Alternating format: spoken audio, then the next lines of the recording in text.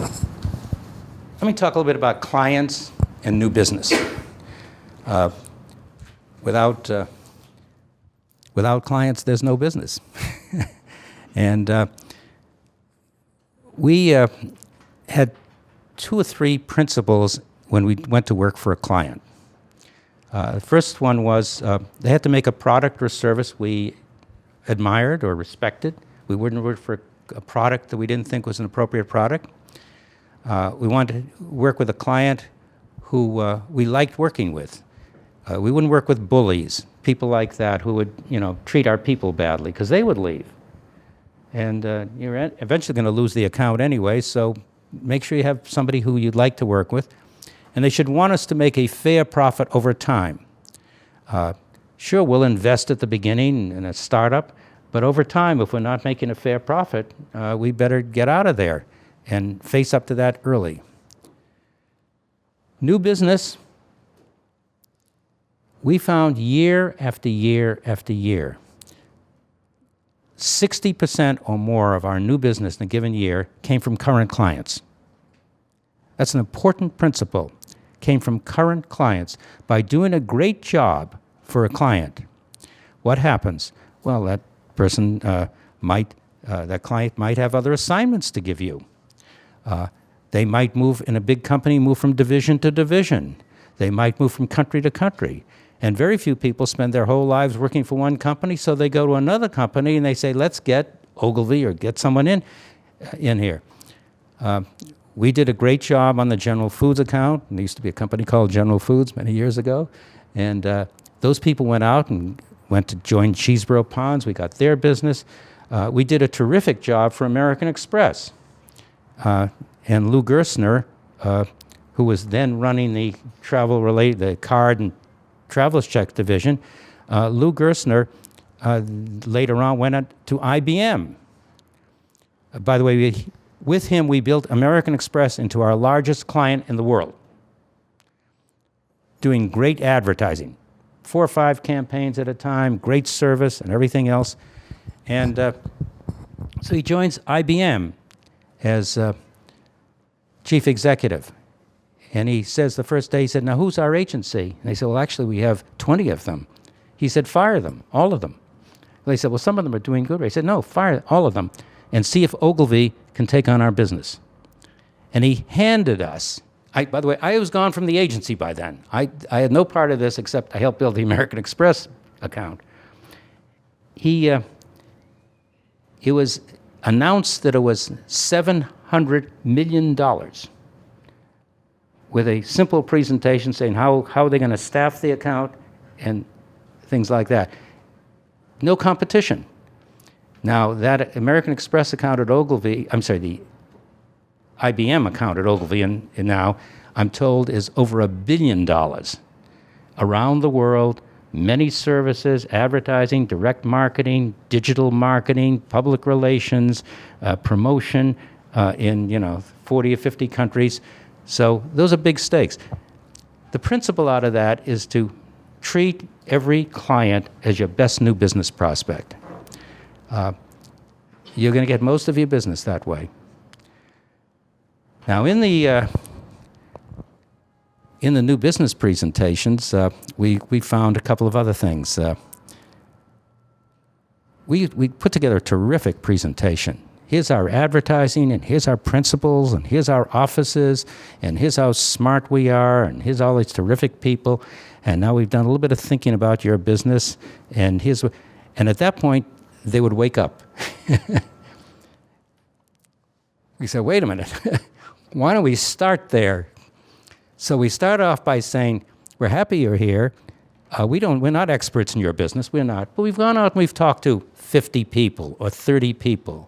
And we've asked them about your product, and we've asked them about your competitor's product. And we don't have any definitive things, but we've learned a few things about your business. And we have some preliminary creative ideas just to give you a sense of how we think. And if you did this, and by the way, here are the offices and services and advertising that we have to make it happen. We flipped it.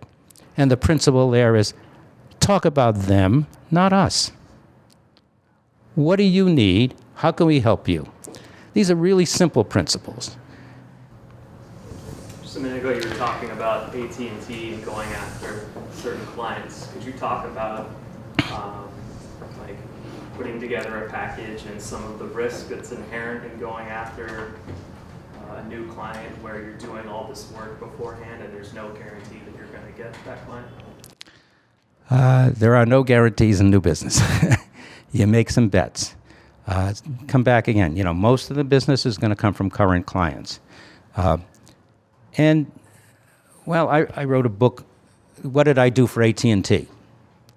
I found somebody who knew somebody at AT&T, and they were being deregulated, and they knew all about community relations and public relations, but they didn't know anything about advertising. So I had written a book on advertising. You can find it on my website. And they asked me if I would participate in their training programs. I said, sure. They said, what kind of a fee do you want? I said, I want you to pick me up with a car and a driver and bring me up to your training site and then bring me back. So for 2 years, I would go up there 3 or 4 times a year to their training program, and I'd show them how to do advertising, basic principles. And I kept on going to our board meetings saying, I don't know if anything's going to happen out of this.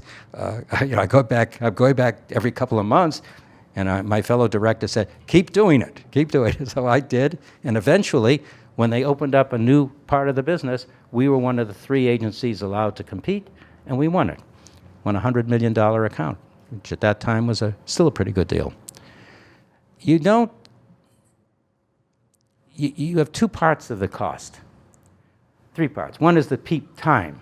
How much time do you want to spend doing that? Well, you should spend a lot of time doing that. How much time do you want to spend on research to learn about that business?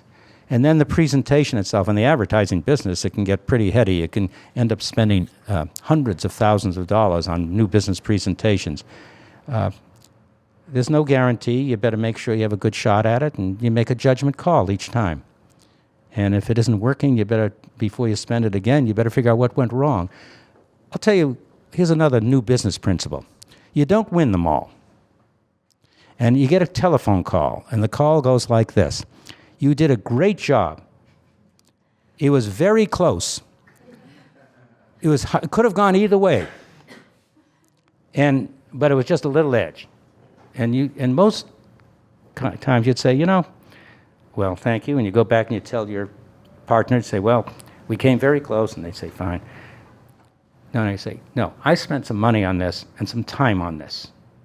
And I want to have a cup of coffee with you. I don't need more than that. I don't want to do it on the phone. I've got to come see you personally. You owe me a half hour. You got to say, no, what did we do right?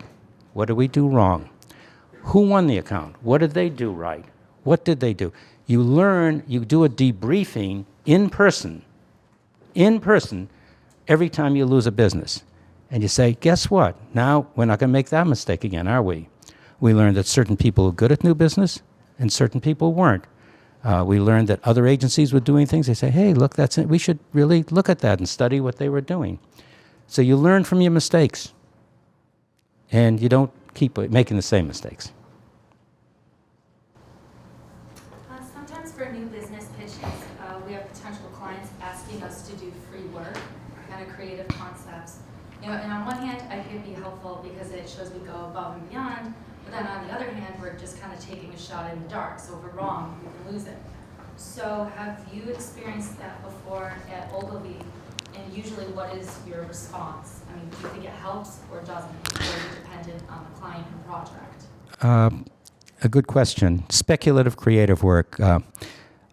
You'd rather not do it. And what we would do is we would always try to do a little research. Sometimes it was, as I say, just going out on the weekend, get everybody 10 questionnaires and go out to a supermarket this weekend and ask 10 people these questions. Do some research on our own. And then we come up with a strategy. We've looked at the category. We've done some reading in the category. We've gone to the library. We've gone online. And we think this is the right strategy for you. Now, you take it first step, second step. The third step, they have to then say, I think they can do the creative work. but they're not sure. So to do some kind of inexpensive creative to say, look, this is not our recommendation, but this gives you a sense of how we think and how we work. And we'll show you what we used to call tissue roughs or things like that. We didn't spend a lot of money on, some agencies make a whole mock commercial. I mean, spending hundreds of thousands of dollars if the account is worth a number of $1 million. But some speculative creative work unfortunately makes sense because it's very hard for people who aren't in the creative business, who aren't in your business, to understand what you do. And they can't visualize what it's going to look like. So you help them get a sense of this is what it might look like. We have to do a lot more analysis. And what it might look like, and you also get a sense of how we work. It's a sense of what the working relationship might be. So it does make sense in a limited way for a specific purpose.